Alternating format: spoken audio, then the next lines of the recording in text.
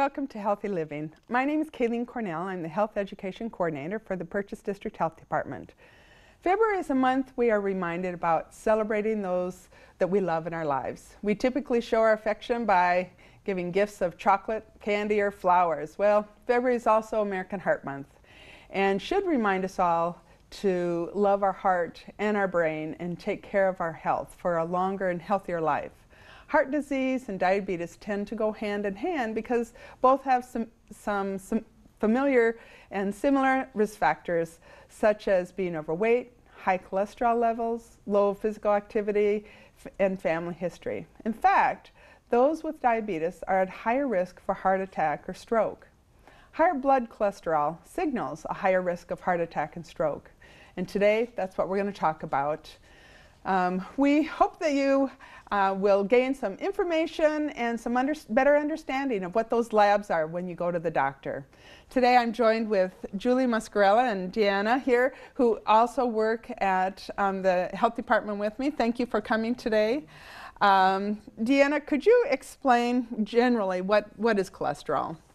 Well, cholesterol is a fat-like substance that's found in our body.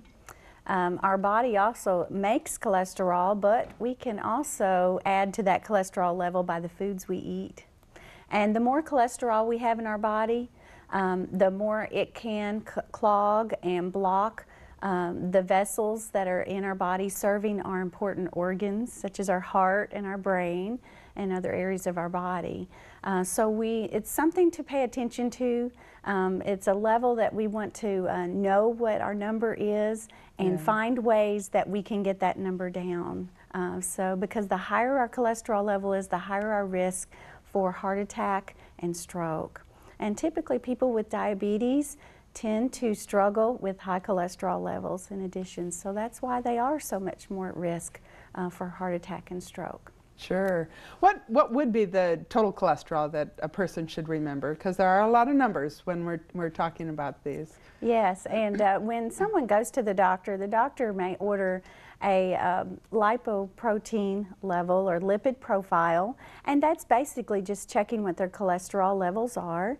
It consists of their total cholesterol, but also two components of their cholesterol, which is called their LDL, or their bad cholesterol, or the HDL, which is their good cholesterol. Now those at risk, such as those with diabetes, those who have had heart attack or stroke before, or a very high risk of having a heart attack or stroke, may see their healthcare provider order this every year. But typically those at lower risk may have this level done every 2 years. It just depends on their healthcare provider. But when we talk about our total cholesterol level in our blood, we're talking about a level we should see less than 200 milligrams per deciliter. And when we look at those two components of our cholesterol, the lousy cholesterol, or the LDL, that is the bad cholesterol. And the reason we call it the bad cholesterol is it wants to go right into the side of your vessels. It's what clogs and stops up our vessels and puts us at risk for that heart attack or that stroke. Whenever blood flow is blocked through a vessel going to our brain or our heart, that is what causes that heart attack or that stroke. So the lousy, or the LDL cholesterol, we want to see that less than 100. But people that have had heart attacks before, people that are very high risk for heart attack and stroke, they may be on cholesterol medication treatment right now, their doctors may want to see that level at 70 or lower. So what's important is the lousy cholesterol needs to be low. We want it as low as possible. Now, the good side of it is our good cholesterol. So I think, our body needs cholesterol to function. So that's why we have that good component of cholesterol, and that's why our body makes it. Good cholesterol, or the HDL, we want that to be as high as we can get it. For men, we want to see that more than 40. For women, we want to see 50 or higher. It seems that the older women get, and whenever, especially we go through menopause, we lose some of that heart protection. So the higher this happy or HDL cholesterol level is, the more protective it is on our heart, and that really goes for men and women both. The higher the number, the better at protecting against a heart attack or stroke. Yeah. Also too, besides our total cholesterol, our LDL, the lousy cholesterol, or our HDL, or good cholesterol. They can also check for triglycerides. And triglycerides is another type of fat in the blood. We typically see triglycerides want to get higher the more weight we gain and also the older we get. So that level, we need to keep it below 150. And I think Julie's going to be sharing some things later on that will help keep that and lower that triglyceride level, as well as our other cholesterol levels as well too. Sure. So really, it's important to know that there's not one set number, that it can vary individually as to where your risk levels are. So it's very important for everyone to talk to their doctor about what should their number be, and you know, why, and that's right. All right. So Julie, let's start off with some diet tips. What would you know, when we talk about the numbers, it's really hard to bring it home and really, you know, have us understand what it means to us. So, nutritionally, how should we look at it? So the good news is that to help all those levels that Deanna was talking about, that everybody can help those numbers by having routine exercise, and also losing weight if needed, and if you smoke, get help to stop. Those are true for everybody, and for everybody who has problems with that. So before I get into the specifics of lowering this or lowering that, I just want to make sure that I make that clear, and I'm sure Deanna will say it again. True, yeah. Exactly. So can't say it enough, no, really, you know, because that's yes, prevention. That's right. So, and the other good news is that there are things that you can do to eat that can actually help lower the LDL, which is that lousy cholesterol. And so that involves fiber. And there's two types of fiber. There's a soluble fiber and there's an insoluble fiber. And insoluble fiber is something that is not digested by our body, something like a whole grain or something similar to this. And this is very, very important for our body. It helps the food move through the body. It helps form the stool. It's very important with any type of fiber. If you increase your fiber, make sure that you drink plenty of water.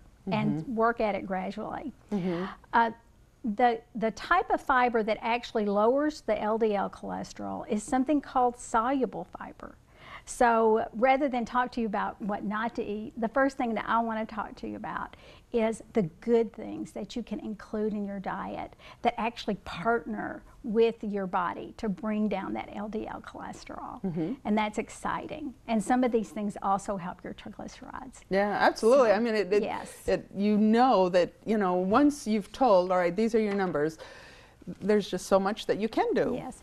So some of the things that have soluble fiber that I encourage all my clients to eat routinely and regularly and to have them in their pantries are oats, and that is oat bran, regular oats, even instant oats, beans, that includes kidney beans and peas.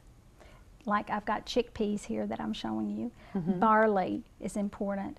Vegetables such as broccoli, Brussels sprouts, eggplant, lima beans, and also whole fruit rather than fruit juice. Also, you want to eat more omega-3 fats. This helps lower cholesterol. That includes things like flaxseed. You can get it either ground or flaxseed oil.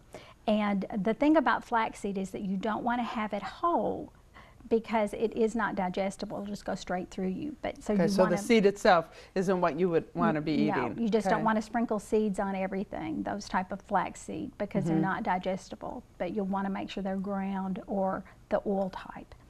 Also, walnuts are very high in these omega-3s. Some peanut butter even has it added. Canola oil, your green leafy vegetables, and then you have fatty fish from salt water, like everybody's heard of salmon. Also sardines, mackerel, herring, and albacore tuna.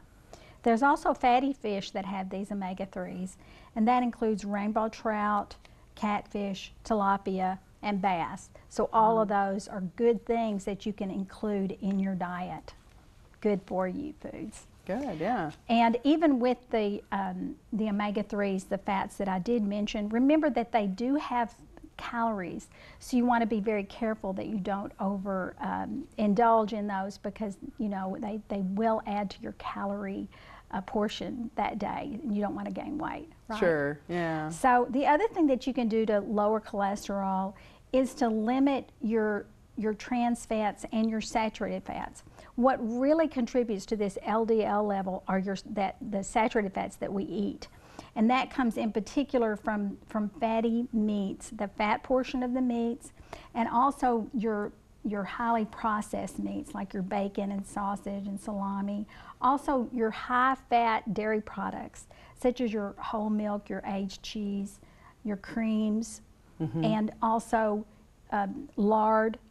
And there's also some oils that are high in saturated fat. That's coconut oil, palm oil, and palm kernel oil. And of course, you want to be very careful to look at labels and make sure that you know what you're eating. Sure. The trans fat, it's actually been outlawed in New York City. Trans fat has actually been outlawed in New York City. In other words, if a restaurant is using trans fat, then they go against the city ordinance, because it is so unhealthy that they've decided to not let restaurateurs use it at all. It's actually a commercial product for the most part. It's a manufactured fat. It's usually found in things like your solid shortening, anything that's processed with partially hydrogenated fat, like our baked goods. But typically in restaurants they use it as fats to fry and things like that. But on the package label it has to be listed, and you want to steer away from foods that are high in this, actually have any trans fat. And again, it could be in baked goods like crackers, cookies, cakes, pies, anything like that. Sure. And so very, very important. But remember, the main culprit for increasing that is that saturated fat that you want to omit. Sure. The other thing that you want to do is you want to limit your cholesterol, your foods that contain the actual cholesterol itself. And this cholesterol is found in organ meats like your liver, your sweetbreads, your heart, your kidneys, things like that. And also it's found in butter and whole milk, and your hard cheeses, your high-fat cheeses, as well as egg yolks. Sure. A typical egg yolk has around 200, and really you need to keep under 200, at least under 300 a day of mgs of cholesterol. Yeah. Related foods. And I think what you said with the whole milks, our cholesterol starts building in childhood. So the whole milk, is important to cut for children too. I mean, it's just not when you get to adult you need to be worrying about it. You need to be worrying about your, the foods with high fats for all ages. Children under the age of 2 can have whole milk, and they need it for proper nerve development. But after that, then they need to. What else besides the LDL? Yeah. So so what about lowering triglycerides? Right. So triglycerides are a very interesting part of the body, because it actually makes the blood more sticky.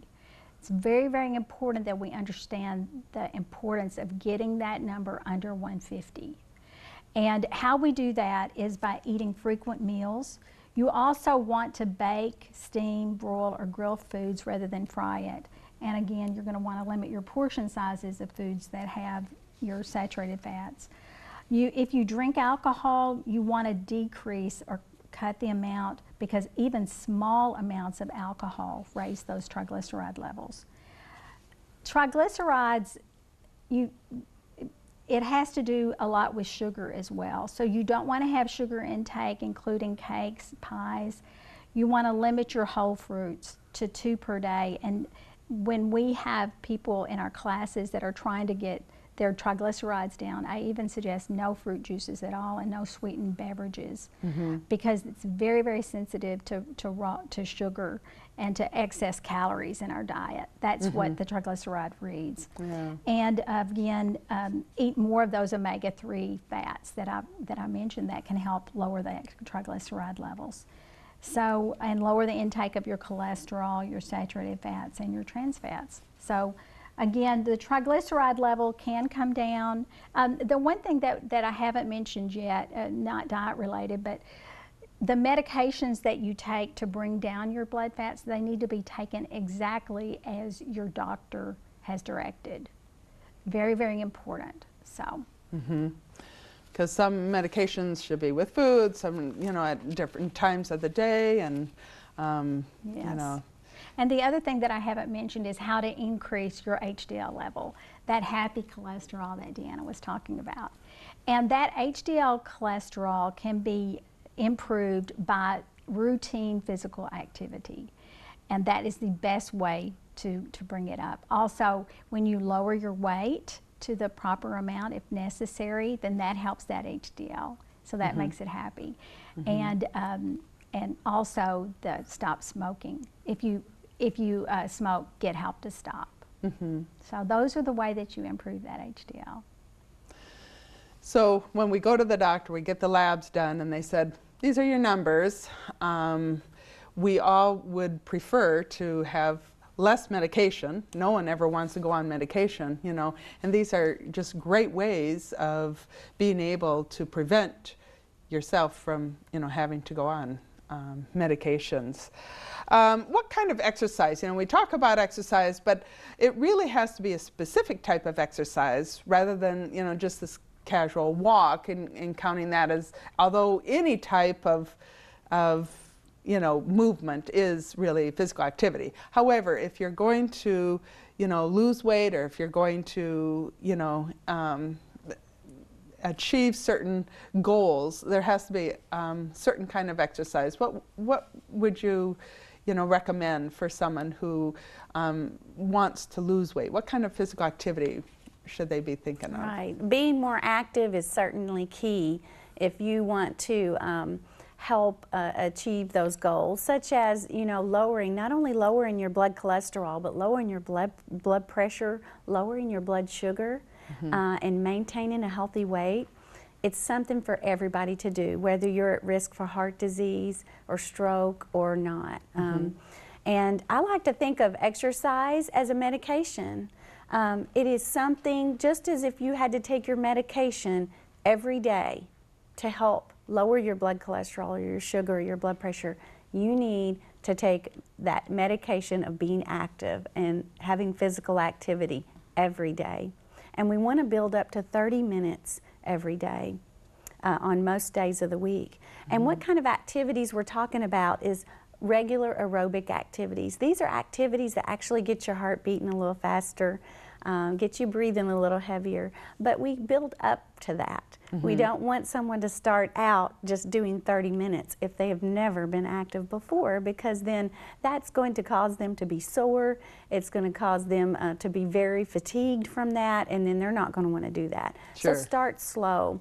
And you're right, any activity is good as far as taking more steps in your day and being more active and moving more, but having a regular scheduled time and doing some of these aerobic activities, such as walking at a moderate pace. You could jog, you could ride a bike, swimming, and even some of our working outdoors and doing our chores outside can be regular, such as our raking our leaves, sweeping. Those are all things that can really give us some aerobic activity, vacuuming and doing some housework. But it's very important that we have that every day, and start out, even if it's 5 minutes a day, that is better than 0 minutes at all. So you want to start out at 5 minutes and work your way up each week, adding just a little more. The more you do it, the easier it'll get. That's right, and you build your stamina too. That's right. You're going to have more energy, you're going to feel better, And I'll tell people, you know, at first don't watch as far as your weight numbers so much, because you're going to see your blood pressure, your blood sugar, your blood cholesterol levels, and just in general how you feel. You're going to see that happen first before you see the number on that scale go down. So hang in there. You will get so used to it that your body will actually miss it when you don't get to do your regular daily exercise. But I encourage people, think of that exercise as your medication that you've got to take every day to sustain your life, because it really is important for everybody. Right, yeah. And I think, you know, we hear people say, well, I really can't do this because my knees hurt, or, you know, but like you said, just a little bit and, you know, work up. And I think people would be surprised just how they can start changing, you know, their ability of, you know, what they can, and their tolerance of what they can do. That's true. And you mentioned something very important. There are people that have some aches and pains, some pre-existing health problems, especially if they've been overweight some time. They may have some bones and joints and problems like that. They need to check with their healthcare provider on the activities that might be right for them. There's a lot of great activities they can do sitting, and there's some activities they can do in the water that would be a lot easier. So I tell people, talk with your healthcare provider for that reason, and let them know, because you do want to be safe when you're doing it. And if they already have had some history of some health problems, and there's some exercises that may not be right for them, but everybody can exercise. Sure, absolutely. Everybody, no matter if you have to do it from a chair, or if you can't stand up for long periods, there is an exercise for you. So just talk with your healthcare provider and find out where you can get started, and I believe they'll feel so much better, and they will actually get more mobility and probably have less aches and pains when they do start moving more. Right, yeah, yeah, that just helps the fluid around the joints, and also helps your balance. You know, the more you're exercising and That's right. moving about. It will prevent further injury, it will prevent and lower your risk for falls. So. Sure, yeah. Well, you know, because I know when you think of exercise, you think, well, going to the club, but there's a lot more exercise than just, you know, going to the club. So, you know, I think everyone needs to be encouraged to step out. As far as we've talked about, you know, if you're smoking, and, you know, how can you quit smoking? What are some ways that our community provides resources for that? Oh, well, yes, we have a lot of resources provided for those who use even tobacco. It's not just smoking, it's any tobacco use that affects our body. What happens is what makes up that's in the tobacco use of cigarette, a lot of the chemicals can affect our body in this way. It causes our blood vessels to get smaller. And if our blood vessels are already having smaller blood flow because we have that extra plaque collecting on the inside, and then they're even smaller themselves, that further increases the risk for their heart attack or stroke, cutting that blood supply off to a very vital part of our body. So finding some help to stop smoking or stop our tobacco use is so important. And I know a lot of times we have people that come to our classes for diabetes learning sessions. We will tell them, make that your first goal. If you are willing and you are ready, then let's talk to your healthcare provider about your options, what you can do. Through your healthcare provider, there are medications that can help, because it is a very strong addiction, and the body will have some withdrawal symptoms, so they may need some medication to help with that, to slowly wean them off of that, or those nicotine patches, the lozenges, gum, whatever works best for them. And they say that it takes up to 15 times for someone to actually quit, 15 tries. So don't give up if you've tried before. You can do it when it's right for you, and if you've got the right resources. Sure. So not only talking to our doctor about how he can help us, we can contact our local health department, because we offer smoking cessation classes, and they're offered in most of our counties that we have, if not all of them. So they can call their health department, find out the class schedule that's upcoming, and any resources that we can have to get in their hands right then if there's not a class coming up soon. And the most important thing that they can do that's available 24 hours a day is call our 1-800-QUIT-NOW smoke-free hotline. That is manned by trained professionals and counselors that know exactly what ways they can support you, and you contact them and they will contact you as much as you want them to, but they have resources right at their hand to help you when you are having those cravings, when you are having those troubles and trying to get through, and when you need a little bit of extra help. It is so important that our state has that 1-800-QUIT-NOW to help people stop with their tobacco use. And so that is a wonderful resource. Absolutely. And I encourage it and pass it along all the time for people to give that a try. Right. And check those resources out. Yeah, and I know now between now and July, if they call that line, if you are eligible, that you're able to get a nicotine replacement from them for a couple months. So it definitely is a good time to call if people are thinking they want to quit. That's right. All right. So as we come to a close here of all the different things that we've talked about, Julie, what would you say would be, when you think of all the things that we've talked about, the soluble fibers and the omega-3s and all that, what would be one or two of the foods that you would recommend that everyone should really have in their grocery cart when I do have examples. Thank you. I do have examples here that I use all the time, and just easy ways that you can. Another thing that a question that we get asked all the time in our classes is, what's the best type of margarine? And just know that the harder the margarine, like a stick margarine, is going to have more saturated fat, but a liquid margarine is going to be more unsaturated, and the body's going to recognize it more. Also, people say, what's the best kind of oil? Well, regardless of what oil you use, don't use very much. Sure. And so that and some type of vegetable oil. It can be safflower oil, sunflower oil, canola oil, but use some type of vegetable oil. And so be very, very careful with the amount of oil.